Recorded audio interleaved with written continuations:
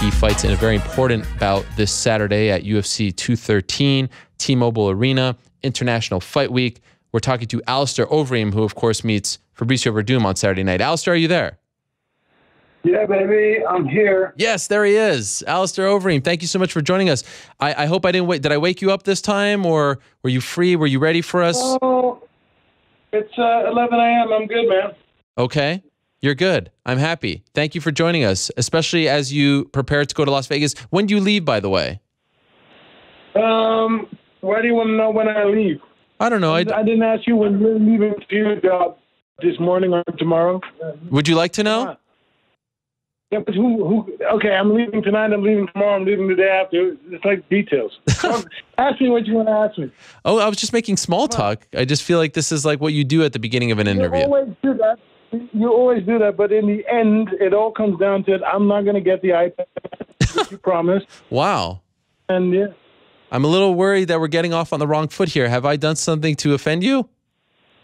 No, I'm just joking. I'm in a great spirit. Yes. We're going to leave tomorrow. The crew is very happy. The work has been done. And, yeah, I'm actually packing my stuff right now in the hotel. Packing my stuff. I put them in storage. And, yeah, everybody's very excited. What do you mean in the hotel? Where are you right now? Albuquerque still. I do my training camps there, remember? Yes, I do. Well, yeah, I wanted you to sort of pinpoint that for everyone. So you live in a hotel there. How many months have you been there?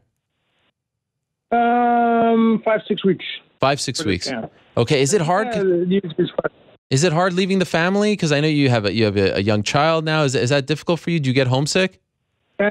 And there's one on the way. Yes. Due any month. It could be within 3 to 4 weeks. So it's a very exciting time for family Overeem. And yeah, I have to admit it is becoming a little bit more hard to leave them behind. You know, as a fighter, as an athlete, you have to be a little bit selfish. So that's a little bit of conflict that I have, right? Because you have to be selfish, but at the same time, you don't want to be selfish. You want to be with your family. Sure. So that's a little bit of thing. But so far, so good. The work has been done. Everybody's happy. Everybody's satisfied. And yeah, I can't wait to get it over with and get back to my family. Are we having a boy or a girl, by the way? Another girl. Why? You're upset? That's 3 for you. You know, I've noted this. The toughest men in the world always have girls, right? I know. No, but I think it's time for a boy. So you're going to keep going? We keep going. I love it. Keep going strong. I must congratulate you, Alistair, not only on becoming a father once again very soon, but the new website looks phenomenal. It really, you have outdone yourself. And there's also a new episode of The Ream. The website is AlistairOvereem.com. I was watching the new episode this morning, and I noted in the episode that you made a point to really focus on your jiu-jitsu training. And I'm wondering if that's because you are fighting Fabricio Werdum. Was this a specific thing that you wanted to do because of the Werdum fight, or is this natural and it's just kind of a coincidence that you're spotlighting it in the new episode? Kind of a coincidence. But, you know, jiu-jitsu is part of MMA. You know, MMA is a total sport. You have to work everything. You're as strong as your weakest link. Yeah. Yeah. So it's just a coincidence. Just a coincidence. Funny coincidence, though, right? Yes. It's kind of weird seeing you with a white belt after all these years, and you've had so many great submissions. I was kind of like taken aback. Like, Alistair's only a white belt. You just don't really train in the gi, right? I actually just promoted the blue belt. Oh. And, because that means you. Yeah, but you know, jiu-jitsu is also about structure. It's about being humble, and that's also the thing that I like about it. I train at Gracie Bar and at the Valenti Brothers. Yeah. Both magnificent gyms. I have a great development with these people over there. And yeah, and it's about being humble. It's about starting on the bottom of the ladder and progressing. And that's a little bit the thing, because of course there's going to be jiu-jitsu guys that want to give me a black belt. Sure. But then I didn't earn it. I got it because who I am. And yeah, I don't like that. I like to deserve things. I like to work hard for things. And these gentlemen supported me fully in that direction. So, but I got promoted to blue belt. Congrats. When was that? 2 months ago. Oh, okay. Yeah. Well, congratulations on that. And so when you were offered this fight against Werdum, because your history goes back a decade to the Pride days, were you excited about this, going, one more time with this guy? And you've maybe not been the best of friends over the years. Like, did you relish this opportunity to settle the score, or would you have preferred a fresh opponent, a new challenge? No. I love the opportunity to fight Fabricio for the third time. I mean, he has indeed been my rival throughout the years. And his career is interesting. He always comes back stronger. He's done that a couple of times. I can only respect him for that. I kind of always knew there would be a third fight after the second fight. So always kept an eye on him and really saw him, indeed come back stronger every time and having great performances here and there. Becoming UFC heavyweight champion, I was actually excited for that because when I remember Fabricio coming into Pride, and then we're talking about 2004, 2005, he was not the most talented guy. He actually was very awkward. His striking was awkward. He didn't have takedowns. He had his jiu-jitsu game. He was, of course, jiu-jitsu champion. But, through hard work, perseverance, falling down, getting back on your feet, keeping going, he eventually got there. And to me, that was a big motivator to myself. Oh. Right? Yeah. So, I actually, he is a rival, but I actually have a lot of respect for the guy. Wow. So you've drawn inspiration from his trials and tribulations and the way he's come back over the years. Yeah. Wow. I didn't expect that. And I study him a lot. He's actually a fighter who, not the most explosive, but he gets the job done. He's clever. He's creative.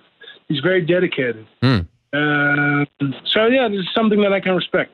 You tweeted a video of him talking about you and sort of joking about him calling you cocky and things like that. But this is all in good fun. You don't take any of his comments about you personally? Those comments were from the second fight, and I think that the rivalry was a little bit more heated there. Yeah. We're at the heydays of our career right now. At least I'm still going strong, but I believe that he is a little bit at his heydays. To me, there doesn't have to be smack talk. If there is, there's also fine, but if there's not, it doesn't have to be. I just have respect for the guy. That's it. Good. I like to hear that. And let's be honest, he has had tremendous achievements. Yes. Right? He submitted Fedor. He was the first to do that. He became UFC champion, submitting Kane. He had a good run in UFC. He at first got cut by the UFC, came back. So these are all things, falling down, getting back on your feet. That's something that he's been through and always came back stronger. So very interesting material for this third fight. I'm very excited. I feel like after the second fight between you two, it was a turning point in his career because you remember in that fight, it was very bizarre. He kept flopping to the ground and trying to get you to the ground. And then afterwards, you guys went into the UFC and he improved his striking considerably. It's almost like when he fought you that second time in Dallas, he did not have any faith in his striking. He wasn't confident to go toe-to-toe with you. And after that, when he came into the UFC, I believe UFC 143, he was a completely different fighter. And so what I'm asking you is, do you expect to see the Werdum that we've seen as of late, who is confident in his striking, his Muay Thai, standing on his feet, or do you think once again that he's going to try to take you to the ground? I expect Werdum who's very ready. He's going to be ready wherever the fight may be. I do believe that once Werdum is going to start to be getting hit and hit hard, he will revert to his roots, his origins, and that is his jiu-jitsu game. Mm-hmm. So at some point, you think that will he try to pull off the same kind of thing that he did in Dallas? Because that did not make for a very fan-friendly fight, if you recall. No, that's correct. That's correct. Are you expecting that sort of game plan? No. I have an open mind. I'm not expecting anything. Okay. But I'm ready for it. If you know what that means. Yes, of course. It's good to be ready. Stay ready. You're going back to Vegas. Are we going to avoid what did you do you find out what you ate that led you to be sick before the Mark Hunt fight? You had some food poisoning, right? Yeah, it was a piece of sushi. We're not going to be doing sushi this time. Good. Let's cut that out. Did you hear Did you hear what Mark said on my show a couple of weeks ago about that incident? No. What did he say? Well, he basically said that, I don't believe that you were sick, that you went to get an IV. He had some choice words, but he was basically calling BS on the whole thing. Didn't believe you were sick, thought you went to get an IV, and, we're kind of skirting the system, if you get what I'm saying. Yeah. I don't know.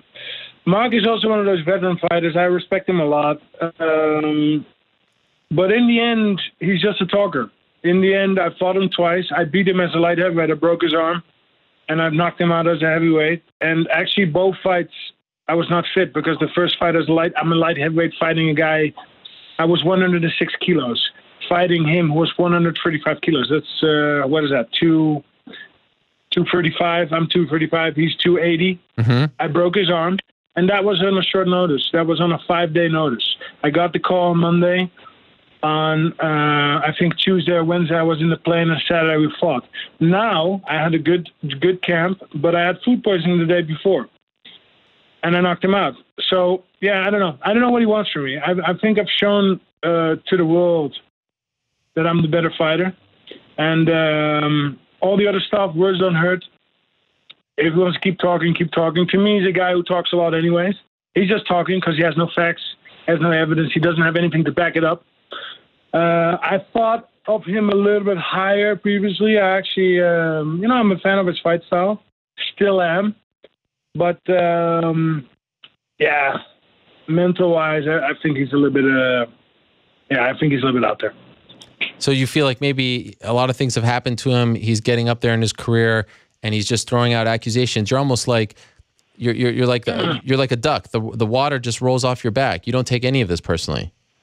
No, I don't. I commend you. It's a fight sport. The only thing that matters. Yeah, but words don't hurt. Come on. How old are we? Yeah. The only thing that matters is who walks out of that octagon or ring. In this case, an octagon with their hands raised. That's the only thing that matters. And I beat him twice. I knocked him out. Maybe it's still bothering him.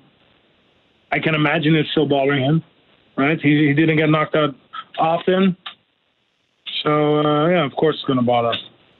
I thought that after that... It's never nice to get knocked out. No. But I mean... Have you ever been knocked out? Who, me? Yeah. Not quite. But it's of course you've never been knocked out. You got taken down by me, but no, but well, I mean, let's wait a second. Before we talk about the takedown, I mean, I stopped the takedown for like 6 seconds. Also, I was holding a microphone in my hand. If we're gonna score that exchange, I think that would be a 10-7 for me. And I think I'm actually being kind by saying 10-7. Could even be a 10-6 if we're being honest. It's never nice to be knocked out. It has something humiliating to it.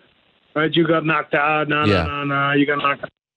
In the Middle Ages, in ancient times, what are you been talking Middle Age? In ancient times, and maybe not even ancient times, 100 years ago and more, you get knocked out, you're dead. Right. You're still. What do you mean? And I thought the line broke up. Oh, yeah. But 100 years, if you're in a fight. And you get knocked out, you're dead. Yeah. Yeah. So it has a little humiliating, I think, to it. Okay, fair enough.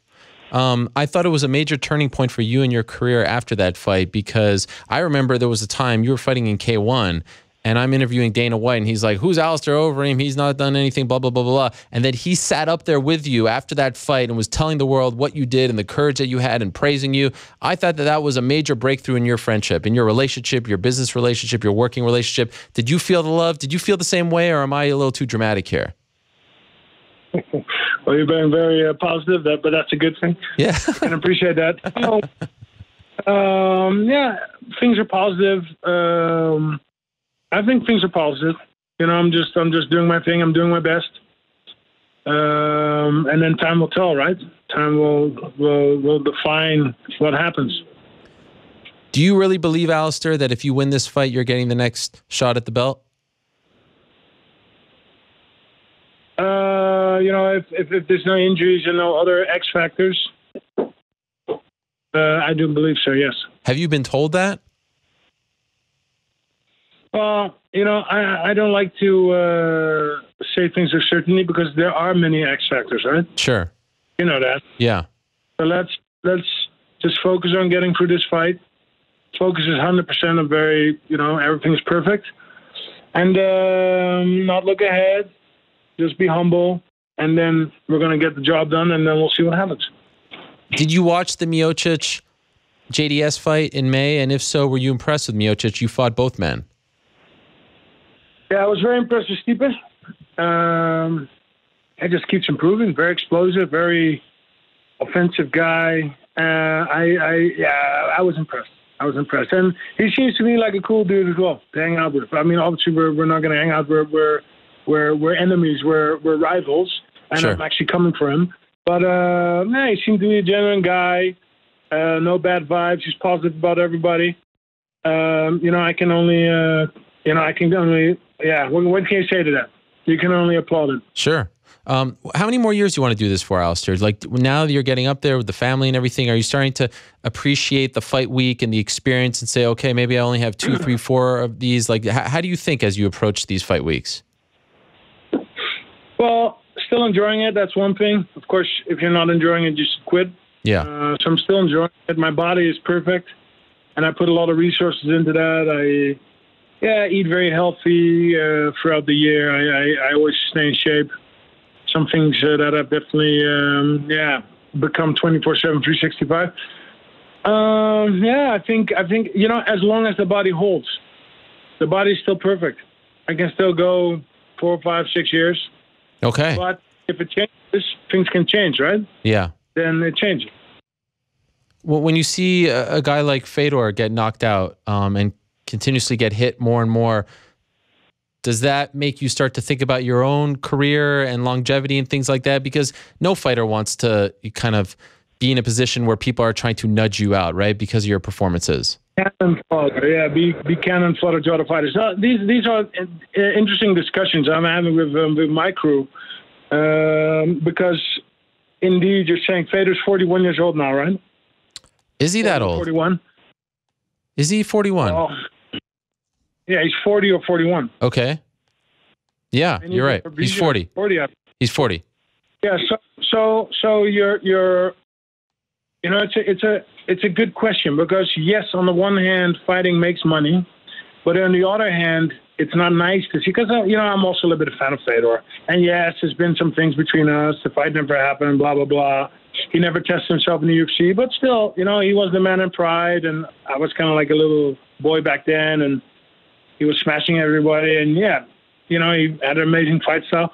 But it's not nice to see your one of your heroes, one of your idols, coming back at that later age, and then losing the way that he did. So that's an interesting discussion. People coming back, accepting fights, it's basically for the money. What else is it for? If he wanted to fight, he would do combat sambo because you don't get money for that. There's no exposure there. Yeah. Right? But you're still competing. If it was his love for competition, he would do that or he would do something else. He could do jiu-jitsu tournaments. Why is he not doing that? No, he came back to Bellator to fight in Bellator. But then it's a money-driven decision, and that's a little bit hard to see. Would you, in my opinion, would you suggest that he stop fighting? Blame him because Would you suggest that he stop fighting for his own health? Well, he made a lot of a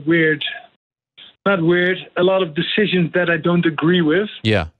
And I don't know if it's him or his management, because nobody's ever having these conversations with him too. We're having a real conversation. When people are interviewing Fedor, it's always translators. We're in ads. It's not the real conversation. But he should have came to the UFC. He should have tested himself in the UFC. USADA is there. There's random drug tests for everybody. It's a fair playing field. Bellator does not have that. Other promotions in the world does not have that. He should come to the UFC and he should do that. Instead, I don't know. It's weird decisions. Decisions. Did you train at Jackson Wink for this fight? Yes. Okay. Will you? Because last time you didn't have like Winklejohn or Greg Jackson in your corner. Will you have either of them in your corner this time?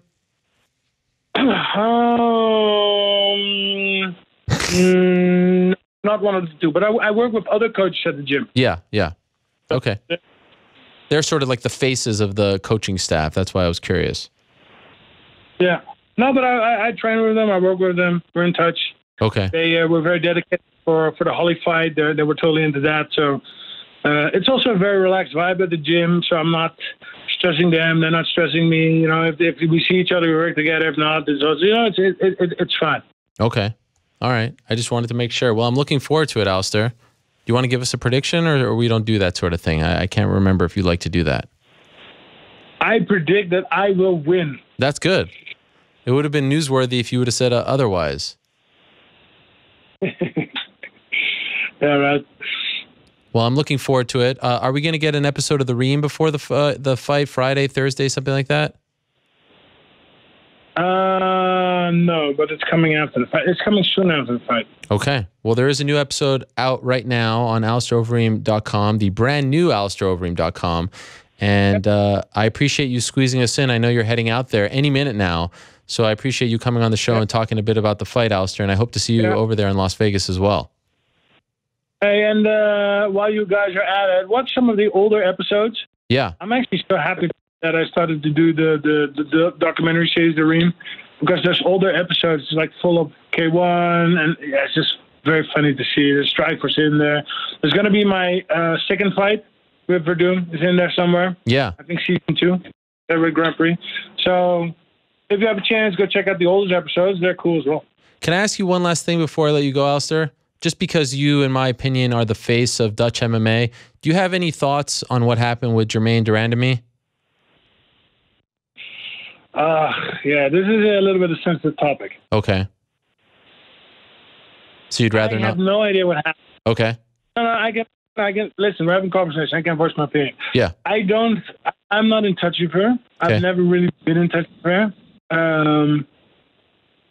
Yeah. I don't know what happened.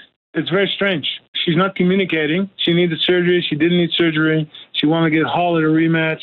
She did. Well, there's one thing sure. She did not want to fight Cyborg. Those comments, known and proven cheater. Of course, you follow it on social media. Those are pretty harsh statements. I don't believe for her to make. Yeah, and she lost the belt, and she's surprised. Another very strange, very strange. What is her strategy? I don't know. I heard some rumors that Germaine didn't want to fight another Dutch girl. I don't know if you heard of her, Jorina Baas. She beat Cyborg, actually. Yep. She's in line fights. Yeah, line fights. She's very sweet. She's a hard worker. And I heard a little bit that Germaine kind of avoided to fight her as well. I don't know if it has any truth to it. But, yeah, if it means that you're picking your opponents, that's not a fighter mentality, right? That's not a fighter mentality at all. So I'm not. It doesn't look good at all. Does not look good at all for Germaine. And now she's not champion anymore. So she has had her penalty. It's a crazy turn of events. She once fought a man on television. I don't know if you ever saw that. She fought a man. So what kind of man it was that, right? That's also a question. She fought a man. Yeah, but what man? It was not Alistair Overeem or Junior Dos Santos. I know. It was I know some men who can't fight. I mean, you can't even fight. I'm sure that Germaine would beat. She would. She would 100% beat me up. Are you kidding? Yeah. So, but there's another thing. What was the other thing? I don't remember. I want to say something, but I can't remember. It just doesn't look good. This is what I want to say. Holly, I think that Holly also beat her. I don't believe that Germaine, and this is me being Dutch, and I know that some Dutch fans will not like it that I say it, but I have to be honest, and we Dutch are very proud to be honest and voice our opinion. I thought that Holly got that fight. She had cage control. She knocked her down twice with a head kick. There were illegal strikes after the bell. Holly actually won that belt in the first place. So, yeah. I agree. And I appreciate your honesty, Alistair. And it's good to catch up with you, and I wish you the best, and I hope to see you in Las Vegas as well. I'm going to see you in Vegas? I will be there. You're going to defend the takedown this time? One hand, any day. Against you, I'm glad you're working on your ground game after that piss-poor performance. Thank you, Alistair. We'll talk to you soon. Appreciate it. Okay, dude. Have a good one. All right. We'll see you there. All right. There he is, Alistair Overeem.